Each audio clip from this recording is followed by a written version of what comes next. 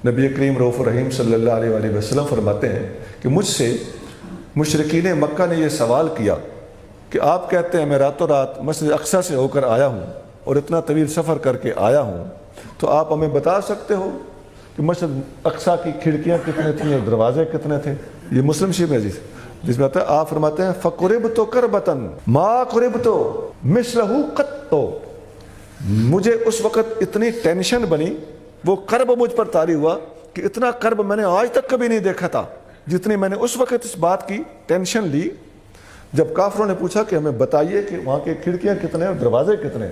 तो आका फरमाते हैं मैं उस वक़्त कर्ब में, कर्ब का लफ्ज़ अरबी का हदीस के अंदर मौजूद है, हुज़ूर ने खुद इस्तेमाल किया, मैं कर्ब में मुब्तला हुआ। यहाँ ज़रा बात सोचे ना, पहले वाली जब मैंने कहा ना कि दुख और तकलीफ़ें करम और रहमत के दरवाजे खोलने का जरिया होते हैं, तो यहाँ भी कर्ब जब हुआ तो आका फरमाते हैं उसी वक्त अल्लाह ताला ने मस्जिद अक्सा मेरे सामने रखी।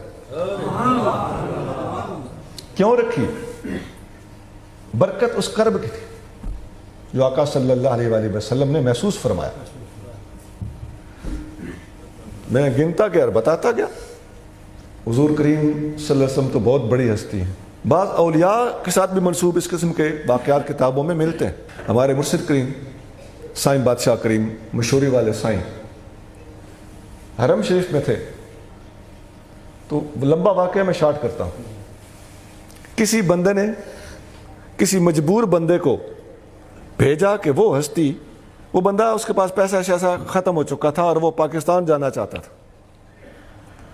तो किसी ने कहा कि आप उनसे मिलो, उनसे रिक्वेस्ट करो। वो गया कि शायद इनके मुरीदीन होंगे या किसी पर इनका कहना चलता होगा या ख़ुद पैसा होगा इनके पास, तो मेरे पैसे का या टिकट का बंदोबस्त कर देंगे। वो इस उम्मीद से गया, तो उसने बताया मुझे फ़लाँ बुज़ुर्ग ने आपके पास भेजा है। तो साईं को उनका एहतराम था। साईं ने फरमाया अच्छा ठीक है। 4 आने निकाले, उस ज़माने में आने का ज़माना था। 4 आने निकाले, फरमाया कि बाहर दुकान पे जाओ और माचिस ले आओ मेरे लिए। वो बंदा 4 आने लेकर माचिस लेने गया, तो माचिस लेकर जब ऐसे पलटा तो मंजर ही दूसरा था, वो अपने गांव में था।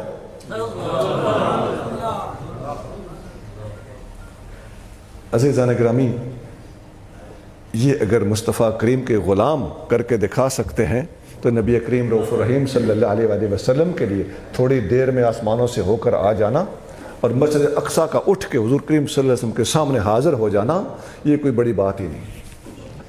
बाज़ लोग कहते हैं जी नबी करीम सल्लल्लाहु अलैहि वसल्लम ने अगर फ़लाँ काम किया था तो आज भी तो ज़िंदा है, आज उनसे कहो करके दिखाएं। तो नबी करीम सल्लल्लाहु अलैहि वसल्लम ने तो उस ज़माने में भी तेरे जैसे मुनकरों के कहने पे सारे काम नहीं करके दिखाए, ऐसा है कि नहीं है? तो तू किस खेत की मूली है? तेरे जैसे उस वक़्त भी कहते थे कि हमारे सामने आसमान पे चढ़ो, हम आंखों से आपको आसमान पर चढ़ता देखें। ये कुरान के अंदर मज़कूर है। आप हमारे सामने उतरें और आपके हाथ में किताब हो, फिर हम मानेंगे कि हाँ ये उधर से आई है।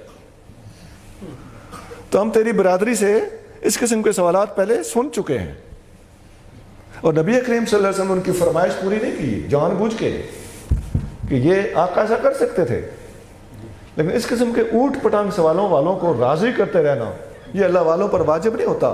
मुनकरों का वजूद भी होना है, इन्होंने क़यामत तक रहना है। तो बता रहा हूँ नांदेज तू भी। आप सल्लल्लाहु अलैहि वसल्लम जब मेराज से वापस तशरीफ़ लाए तो काफिरों ने जो एक सवाल यह किया था कि हमें मस्जिद अक्सा की खिड़कियाँ दरवाजे बताइए। एक सवाल और भी हुआ, आप गए थे तो रास्ते में क्या कुछ देखा आपने, हमें बताइए। अब मूसा अलैहिस्सलाम का कब्र में हुजूर ने देखना, वो इनको बताते तो कोई फ़र्क पड़ना था इनको? इन्होंने कहा नहीं तुझे देखे, ऐसा तो नहीं देखा। नबी करीम सल्लल्लाहु अलैहि वसल्लम ने वो बात बताई जो उनको समझ आ जाए। आप सल्लल्लाहु अलैहि वसल्लम ने फरमाया शाम के मुल्क से तुम्हारा तिजारती काफिला वापस आ रहा था, मैं उस काफिले के पास से गुजरा हूँ। उस काफिले के आगे आगे खाकी रंग का एक ऊंट है, उसके ऊपर 2 बोरे लदे हुए हैं और वो ऊंट सुबह सूरज निकलने के साथ ही यहाँ पहुँच जाए, वो पूरा काफिला। اب یہ بہت بڑی نشانی، بہت بڑی دلیل تھی. لو جی لگ پتہ جائے گا اے ہن ویدیاں جی سارے کے سارے جناب. صبح ہوئی تو انتظار کرنا، ہاں جی سورج ادھر ویکھن سورج والے پاس، اور ادھر سورج ادھر سے نکلنا تھا اور شام اس طرف تھا. ایک نظر ادھر ایک نظر ادھر. ایک بندے نے کہا، وہ جو معترض تھا نا، وہ بڑا خوشی سے تڑپ کے کہنے لگا کہ وہ سورج نکل آیا. مطلب کیا تھا کہ سورج نکل آیا اور قافلہ نہیں آیا. ایک نے کہا وہ سورج نکل آیا، دوسرے نے کہا وہ قافلہ آ گیا.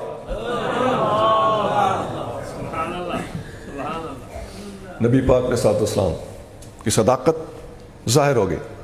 اب مسجد اقصیٰ کی کھڑکیاں اور دروازے گن گن کے آقا نے بتائے، ان کی فرمائش کے مطابق حضور نے کر کے دکھایا. ان کی صحت پہ کوئی اثر نہیں. تو ان کی صحت پہ اثر نہیں ہوا نا، تو آج کل بھی جو پاکستان میں بیٹھ کر اس قسم کے مطالبات کرے گا اس کی صحت پہ اثر کو نہیں ہونا. میں یہ تصدیقیں بتا رہا ہوں کہ آقا کے معراج کی تصدیق کھڑکیاں اور دروازے والی حدیث سے بھی ہوئی، اور آقا کے معراج کے واقعے کی تصدیق اس قافلے والے واقعے سے بھی ہوئی، اور نبی کریم صلی اللہ علیہ وآلہ وسلم کے معراج کی تصدیق صدیق اکبر نے بھی کی. مستدرک حاکم اور بہت ساری دوسری کتابوں میں یہ حدیث موجود ہے. نبی کریم صلی اللہ علیہ وسلم نے جبریل سے فرمایا کہ من یصدقنی، میں معراج رات کو گیا تھا تو میری تصدیق کون کرے گا؟ تو جبریل امین نے جواب دیا یصدقک ابو بکر فانہ صدیق، آپ کی تصدیق ابو بکر کرے گا اس لیے کہ اس کا نام ہی صدیق ہے. ہے ہی ابو بکر صدیق. اور پہلے نبی کریم صلی اللہ علیہ وسلم آسمانوں کے اوپر بھی صدیق اکبر کا نام لکھا ہوا پڑھ کے آ رہے تھے. ابو یعلا کے اندر حدیث ہے، نبی پاک علیہ الصلوۃ والسلام نے فرمایا کہ لما عرج بی الی السماء، جب مجھے آسمانوں کی سیر کرائی گئی، فما مررت بسماء، میں جس آسمان پر سے بھی گزرا، الا وجدت فیہ اسمی محمد الرسول اللہ، ابو بکر صدیق خلفی، میں نے ہر آسمان پر اپنا نام محمد الرسول اللہ لکھا ہوا دیکھا، اور میرے نام کے پیچھے پیچھے ہر آسمان پر ابو بکر صدیق کا نام ابو بکر صدیق لکھا ہوا ہوتا تھا.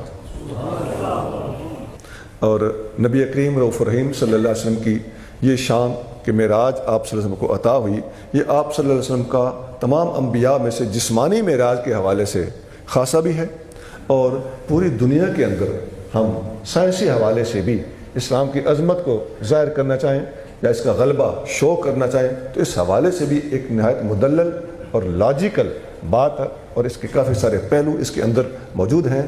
اور نبی کریم صلی اللہ علیہ وسلم کی امت کی اصلاح کے لیے نماز کا عطا ہونا، سورۃ بقرہ کی آخری 2 آیتوں کا عطا ہونا، اور شرک نہ کرنے والے کے لیے نبی کریم صلی اللہ علیہ وسلم کی شفاعت کا مقبول ہونا، اس کی کنفرمیشن، یہ باتیں ہمارے لیے خوش آئند بھی ہیں اور لائق اصلاح، ہماری اصلاح کے لائق